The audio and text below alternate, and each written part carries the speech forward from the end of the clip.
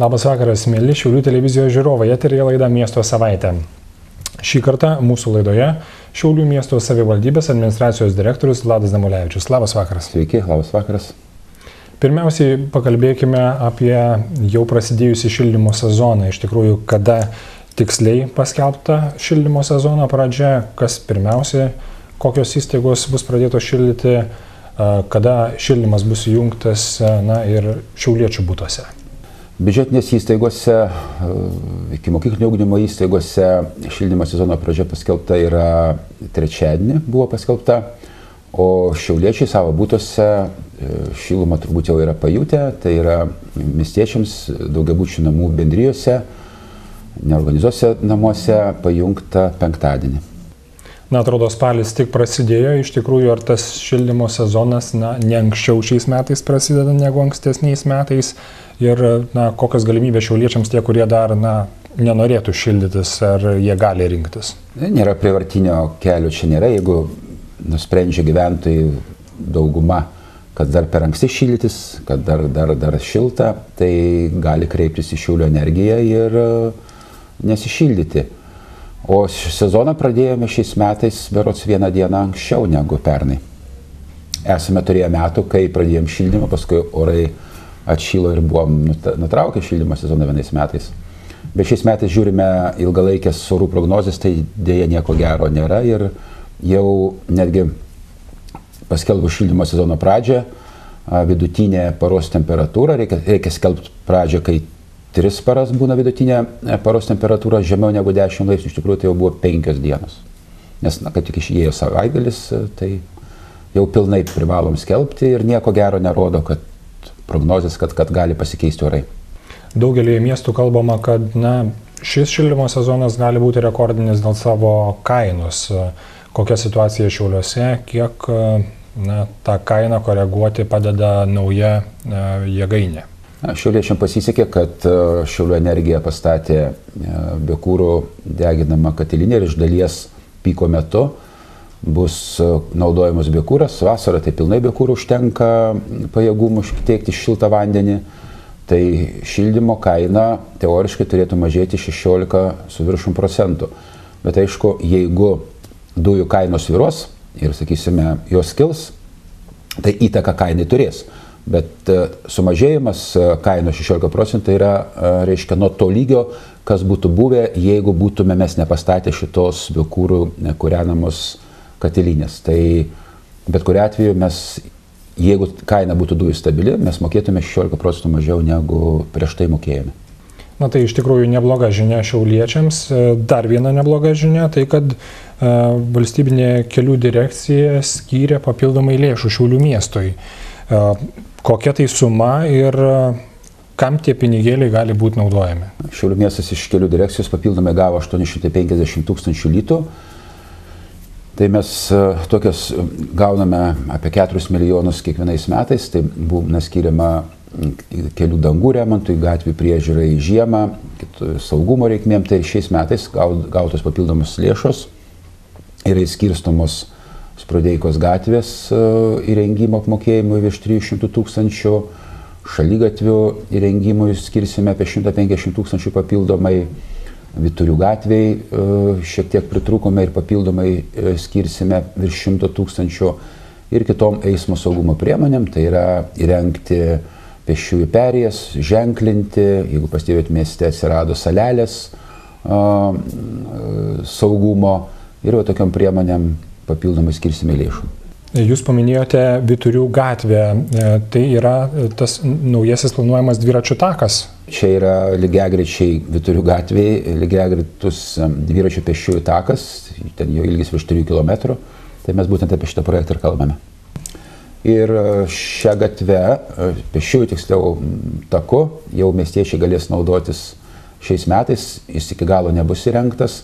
Ir iš viso šitas projektas apima gal 7 etapus ir darome dabar tik pusę etapų, tai yra ten ir poilsio aikštelės numatytos, ir suoliukai, ir apšvietimas, ir kitos priemonės, bet šiais metais minimaliai padarysim, tai yra juoda danga, tai yra paklosim asfaltą, o kitais metais įrengsime dar kelis etapus.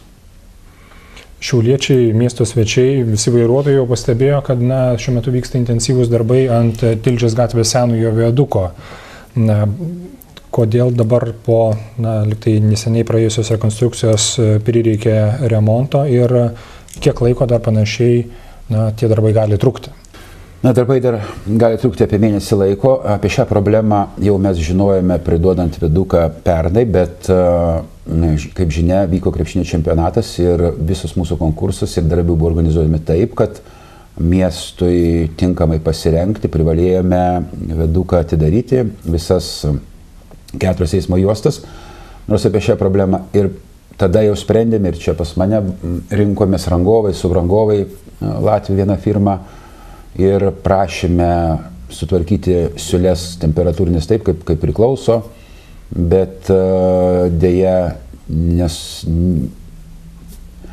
kaip dabar kartais atsitinka, ateina subrangovai arba kartais ir rangovai, kurie laimi konkursus, o vėliau su jais turime problemą, tai ir šita subrangovo įmonė buvo problematiška, bet teko atidaryti ir priimti tokį kelią, tokį viaduką, koks tada buvo pateiktas jau mums, bet mes žinojome apie šią būsimą problemą. Dabar priėjo laikas prieš šaltą žiemos sezoną, kad tos siūlės šaltis, patekęs vanduo, ledas nesudraskytų, tai nusprendėm, kad dabar jau pats laikas yra susitvarkyti ir yra pasiruošta ir dabar kita firma tvarko šitas temperatūrinės siūlės. Ar miestas dėl šito, ko gero galima sakyti, broko, turės dar papildomų išlaidų? Ne, čia yra garantiniai darbai, yra, kaip jūs pavadinate, nekokybiškai atlikti darbai ir rangovas šiuo atveju reikalavo, kiek žinau, ir nesumokėjo subrangovui už tos darbus ir miestui tai papildomai nekainuos nei lito, nors reikia pasakyti, kad irgi čia viadukas yra darytas remontuotas ne už savivaldybės biudžeto lėšas, o irgi buvo gauta tikslinės lėšos iš kelių direkcijos.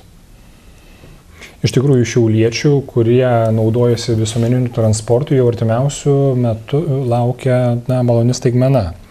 Šiaulių mieste pristatyti nauji bendrovės Busturas autobusai. Kaip bendroviai tokiu sudėtingu sunkmečio laiku pavyko įsigyti tų naujų autobusų ir kokie jie bus, koks tas naujasis transportas Šiaulių miesto. Susisiekimo ministerijos, tai vėlgi tos pačios, apie viaduką kalbėjom, finansavimą jų lėšomis, čia turim, kaip minėjau, šiek tiek problemų, bet iš kitos pusės vėlgi ministerijos lėšomis, europinėmis lėšomis yra įsigyta 8 autobusai, varomi suspaustomis dujomis. Busturas turi pasistatęs suspaustų dujų degalinę ir 8 ekologiškus autobusus gauname, jais bus pakeisti seni susidėvėję miestą teršiantis autobusai, tai iš tikrųjų palaipsniui turėtume parką, galbūt čia yra pirmas didelis keitimas, yra dar planuose ir kitose dalyvauti programuose ir gauti lėšų keitimui, jeigu pavyks gauti lėšų, čia vyriausybės sprendimais, tai turėtų dar būti keli autobusai, bet šią dieną džiaugiamės turėdami šitos 8 patogius, ekologiškus, švarius, naujus visiškai, tai čia visų mūsų labai.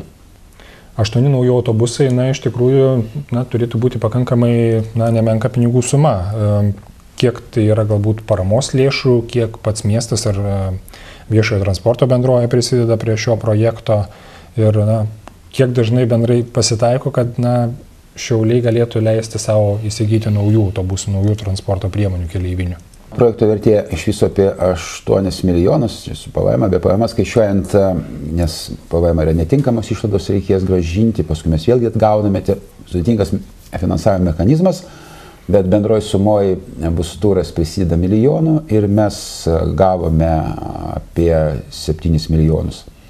O ar dažnai tai pasitaiko, kad mes perkame iš lėšų vienokio autobusų ar kitokio, tai ko gero paskutinis pirkinys tai buvo, man atrodo, kad Setros prieš kokius 5 metus tarpmestyje, dabar dar jie kursuoja, tai patys ko gero tarpmestyje naujausi, nors pirkti prieš 5 metus. Bet čia, sakysime, eismo organizavimui, susisiekimo organizavimui, tai ne tik tai, sakysime, ir aplinkelius mes šiais metais įrengėme ir gatves tvarkome, bet dar tokia galbūt specifinė priemonė kitais metais turėtume remti 41 įvažą sustoti autobusams kartu su paviljonais. Tai būtų iš tikrųjų miestiečiams